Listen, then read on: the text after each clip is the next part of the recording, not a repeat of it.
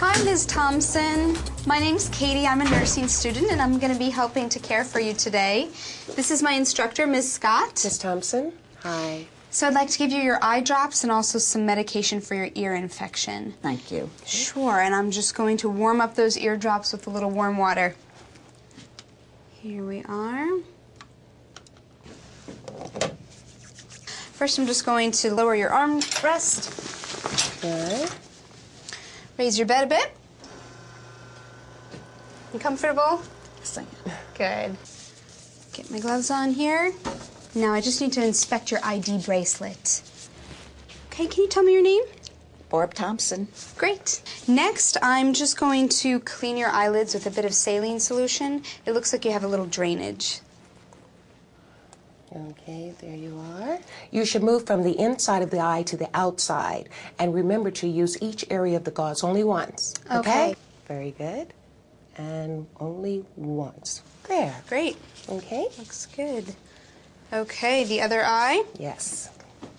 Now I'm just going to need you to tilt your head back slightly. There you go, great. And is it okay if I touch your head? Yes. Okay. And I'm just going to have you look up and focus on a spot on the ceiling. Okay, great. Okay. To apply the drops, place the thumb or the two fingers near the margin of the lower lid, just below the eyelash, exerting pressure downward on the bony prominence of the patient's cheek. Now, this will expose the lower conjunctival sac. You see it? Yes. Good, good. Okay, now, Ms. Thompson, I'm just going to ask you to keep focusing on that spot on the ceiling so you keep from blinking. Now move the dropper closer to the eye, but be careful not to let it touch the patient's eyelid or the surface of the eye. Okay, now squeeze the container, allowing the number of prescribed drops to fall into the conjunctival sac, but do not let the drops fall to the cornea. Okay. Good, all right? 1. Good job. Yeah, keep focusing on that spot. 2.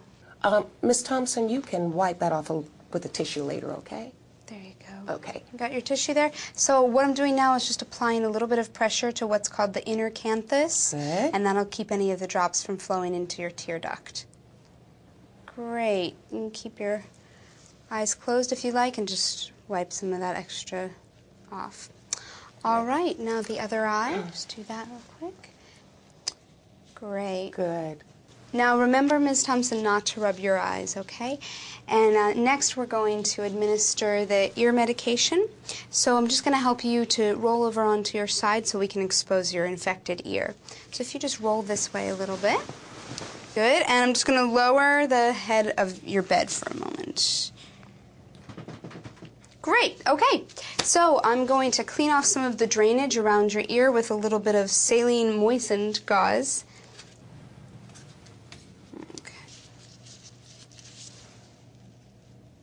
Okay. Great. Good job, Katie. Good. Great, thanks. Okay, so I've got the eardrops here. Now, is it warm enough? Yeah, they do feel warm. Great. Great. Now, Ms. Thompson, you may feel a little pressure on your ear as I pull up and back just to straighten out your ear canal.